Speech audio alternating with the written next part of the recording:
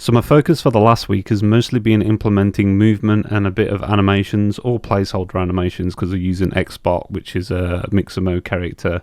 All the animations are from that website, with the exception of a few here and there, which I've kind of modified just to kind of suit a purpose, to kind of represent something where there were no real animations. At the moment we've got an idle animation, and then we can walk in all directions while not aiming.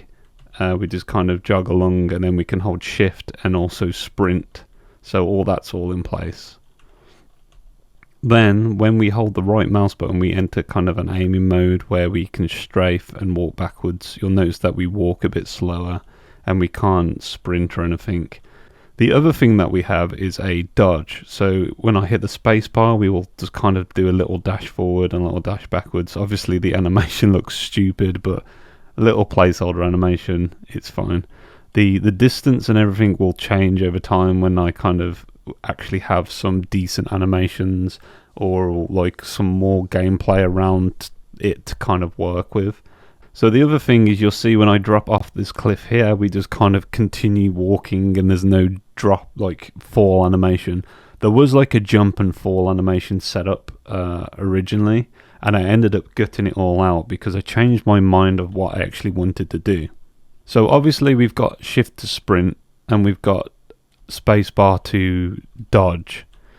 So that leaves no real button to jump. Usually you'd put jump on the spacebar, but I quite like having dash on the spacebar because it's quite like it's a strong dominant like part of your hand is the thumb, so it feels better to press the spacebar to dodge.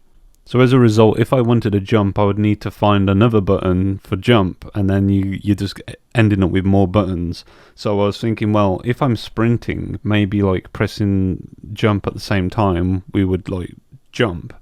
So originally I had this kind of like leap where you would leap forward, get a bit of height, but leap forward and then land on your feet and continue running or whatever.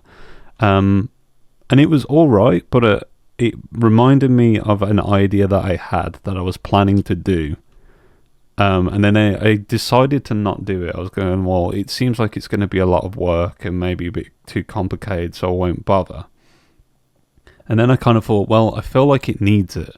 So I then decided to go down that avenue and try and like experiment and see what I could do. This is where I had to start making some of my own animations. I took a few of the ones that were available on Mixamo.com and then just kind of altered them a little bit in Blender to try and represent what I'm trying to do here.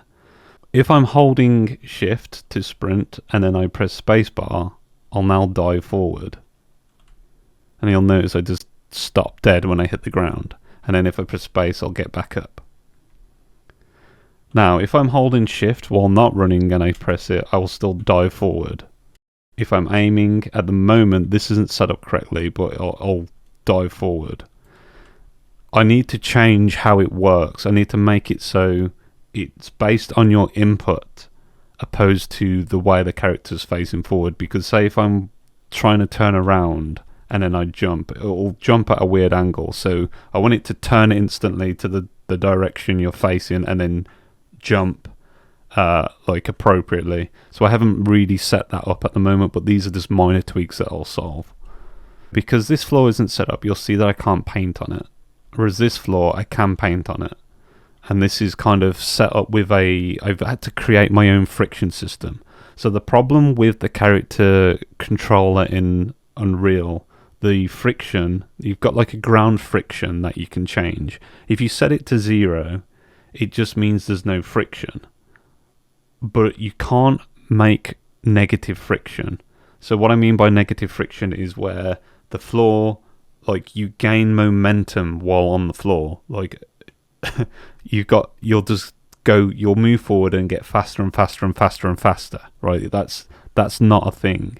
So when I'm in the prone position, like this, and I slide a little bit, you'll see that on this surface I slide a lot more than I do on this. And that's because I've set up my own kind of friction system on these types of floors. This also works on like slopes, so I jump onto this slope and I'll angle to that slope and I'll slide less because of the angle, and then if I jump down it, I will slide more. You'll notice that I kind of snap as I go from like the different types of floor. So like the different angles of floor, it kind of snaps.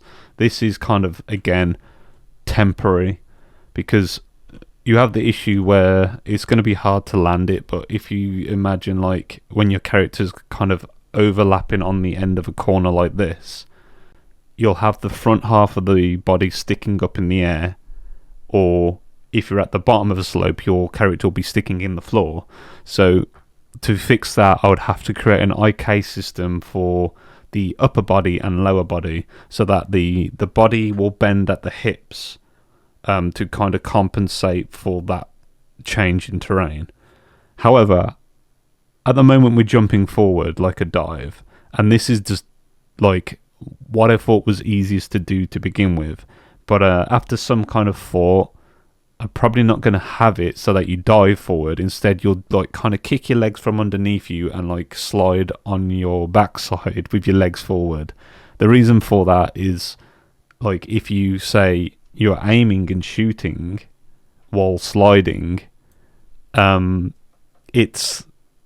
it's probably harder to set up something like this to aim and shoot than it would be if you're just in a kind of sat down position. You can kind of just twist the upper body instead, because you're thinking, well, I only slide a little bit, right? It's not a very long slide anyway. However, if we combine this with the whole water spraying system that we've got here, where we can paint the environment, and we go down here, right, we make a bit of a plane to kind of slide along. When we jump onto this, we'll keep sliding. And you can see there's a little blue number in the top corner, which is our velocity. So our velocity is getting lower each time. Like over time, it's slowing down. But what this also means you can do, if you can aim and shoot at the same time, you can do this. Oh, I messed that up. We'll try again. We can do this kind of thing. Obviously, when I introduce a weapon, I'm basically going to make it a projectile weapon. So the projectiles, as I'm sliding, will have to factor in my movement, so that the projectiles will move at the right speed while we're sliding, so they will hit the ground in front of us. Otherwise, if they move at a set speed, regardless of character movement, they will basically move slower than what we're moving if we're at max speed. As I said, we can factor in the angle of like this, and this also applies to the water. So if we start sliding here, you'll notice that we go up to a maximum speed of 1,200. So we start at 1,000 when we start sliding, and it goes down. That's because the speed of what we jump is 1,000, and then when we hit the ground, friction starts to be applied. So we start at 1,000, we go up to 120, which is the cap. I can change that cap if needs be, but then we'll just keep going and going and going. A couple of other things I had to do alongside this. One of the more complicated ones was trying to get the rotation right. So originally I had, if you press left or right, you would turn like a certain amount of degrees. And along with that, I managed to get like all the smoothing and everything in place, and it worked all right.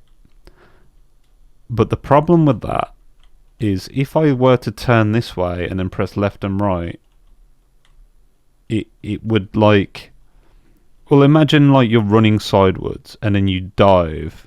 You'll continue to hold the D key, so you'd end up doing like this or whatever it would be. You'd basically start turning in a weird direction that wouldn't feel intuitive. So as a result, I had to factor in the X and the Y of the input, so that, for example, if I'm sliding like this and I press backwards, I would start to try and turn around.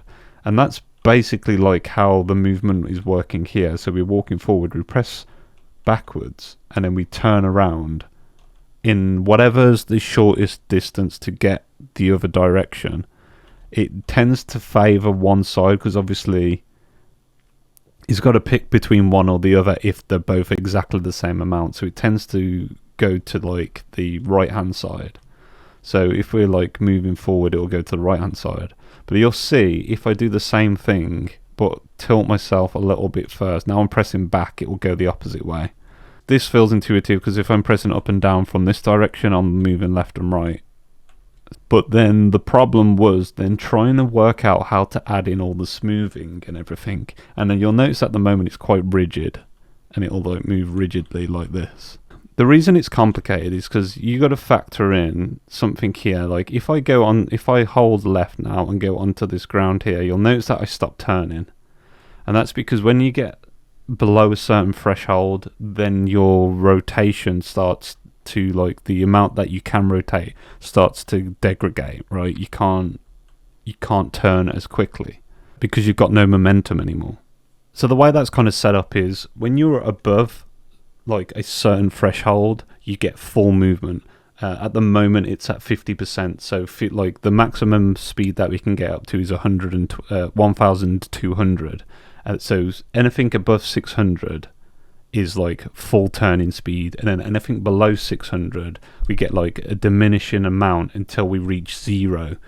In those situations where we're sliding, we turn off like this, our movement will eventually stop.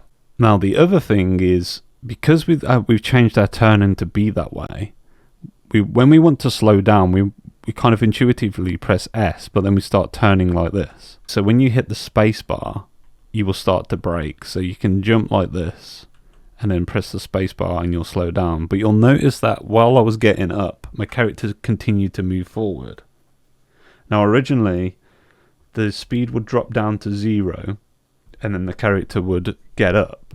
And in that moment while you're getting up, you can't move. And the problem with that is you would stop, get up, and then you could move, right? And it would feel very clunky. At the moment it looks weird because there's no real animation for it. But what I plan to do is have an animation, like 2 animations, maybe more, that you've got the standing get up. So when you're like completely stopped, you'll have like a normal animation like this. But then while you're moving and you stop, you have like this kind of moving forward animation, which kind of looks like you're stepping up while walking, and you're going to go straight into a walk animation, because then like you can do this kind of situation where you like continue onward forward, and it doesn't have like this stop and start feel to it. So obviously at the moment we still have just the one base animation where we're kind of getting up, and it looks a bit janky at the moment, but once there's an animation there, it won't look as bad. And then the last kind of thing is, if we kind of slide, we also can just slide off edges like this, and it works fine. So I did have an issue before where it would instantly stop, and that's because the floor hasn't got the friction set up on it, and it kind of, I needed an option for if you're sliding, like if you're trying to slide on a floor that hasn't been set up yet, I needed like an alternate option, and I set that up a little weird, so you'd get to the edge and then just stop dead. So fortunately I fixed that. So what I'm going to be doing with Patreon and all that kind of stuff is, I've been doing text updates for a little while that kind of show the progress with the main character model and that kind of stuff. Most of those updates are going to be for people that are like paid members, and then everybody that's free members will get these videos a week early on Patreon, and then I will then release them on YouTube a week later, and anybody who's paid will also get those videos a week earlier than those free people. So or I'll say that again. So paid members will get it 2 weeks early, and then free members will get it 1 week early, and then everybody else will get it on YouTube. So you can go to my Patreon and see these videos like early if you're following me there, just to kind of try and get a few more free followers over there. I think it would be quite nice. And that's kind of it for the video. So if you enjoyed, leave a like, leave a comment, go over to Patreon, follow for free, and if you want to do none of that, would you kindly bugger off?